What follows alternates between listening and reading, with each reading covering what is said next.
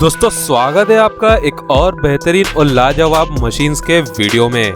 आज के वीडियो में दिखाए गए मशीन्स अपने अपने सेक्टर्स के रॉबिनहुड कहलाए जाते हैं। तो दोस्तों आज का ये वीडियो बहुत ही इंटरेस्टिंग होने वाला है, तो इसे एंड तक जरूर देखना।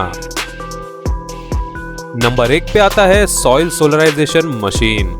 दोस्तों खेतों के मिट्टी में मौजूद बैक्टीरिया फंगस को मारने के लिए किसानों ने कई तरीके ढूंढे जो कि आज दुनिया भर में बहुत प्रसिद्ध है, पर वो सारे तरीके मिट्टियों को कमजोर कर देते हैं, जिसका पूरा असर उन पर लगे पौधों पर पड़ता है। इसी कारण एक नैसर्गिक तरीका भी लोगों ने ढूंढ लाया है, जिसे कहा जाता है सॉइल सोलराइजेशन, जो कहता है कि अगर आप खेतों के मिट्टियों पर पॉलीइथीन का प्लास्टिक लगाओगे तो सूर्य की किरण के वजह से मिट्टियों का तापमान गर्म हो जाएगा, जिसके वजह से उन पर मौजूद कीड़ों का अंत हो जाएगा। पर आखिर कैसे पॉलीइथीन को मिट्टियों पर लगाया जाए? जब यह सवाल उठा तब यह मशीन को पेश किया गया।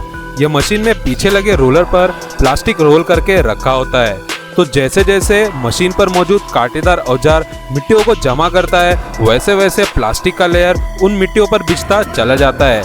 पर दोस्तों सर्वप्रथम प्लास्टिक को अच्छे से मिट्टियों पर लगाना बहुत जरूरी वाला काम होता है। नंबर 2 पे आता है प्लाईवुड मेकिंग मशीन। दोस्तों आपने लकड़ियों के कई अलग अलग तरह के फर्नीचर्स तो देखे होंगे, और हाँ उनमें से लगभग सब प्लाईवुड से ही बनाए जाते हैं। पर अब यह प्लाईवुड बनाया कैसे जाता है वह कुछ लोगों को ही पता है। जी हाँ दोस्तों, बनाया तो यह झाड़ के लकड़ियों से ही जाता है, पर कैसे इतना कठोर लकड़ी एक साफ सुथरा प्लाईवुड में तब्दील हो जाता है, चलिए उस पर नजर डालते हैं। सबसे पहले झाड़ के लकड़ियों को नाप के काटा जाता है। नापते इसीलिए है ताकि वह रोटेटर मशीन पर अच्छे से बैठ जाए। लकड़ियों को काटने के बाद उसे पानी में भिगोया जाता है, जिससे कि झाड़ के लकड़ियों पर लगे कठोर कवर को आराम से निकाला जा सके।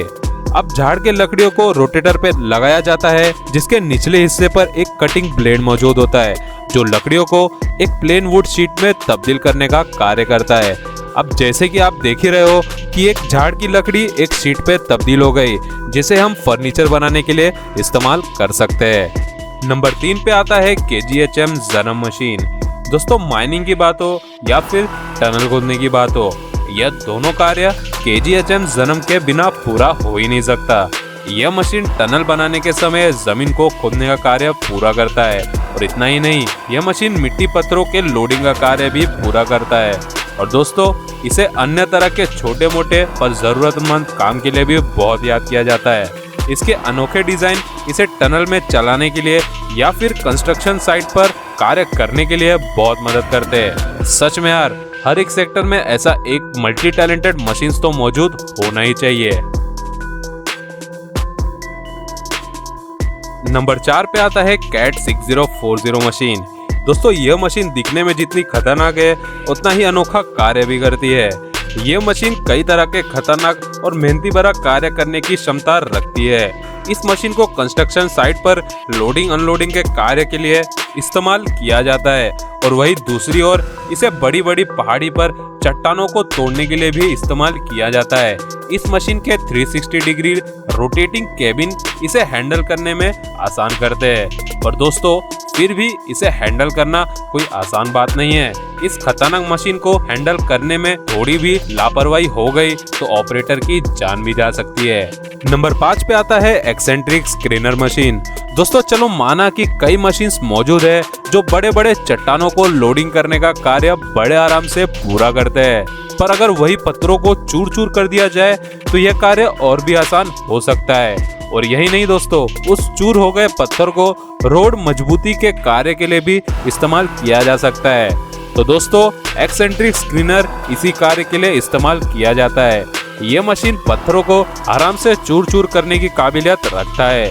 इस मशीन के अंदर लगे मोटर पत्थरों को तोड़ने का कार्य बड़े आराम से पूरा करते हैं, और वो भी कम समय और पूरे परफेक्शन के साथ। तो दोस्तों आज के वीडियो में इतना ही। आपको वीडियो में से कौन सी मशीन ज्यादा अच्छी लगी वो हमें कमेंट सेक्शन में जरूर बताना। मैं मिलता हूं आपको अगली वीडियो में, तब तक के लिए नमस्कार।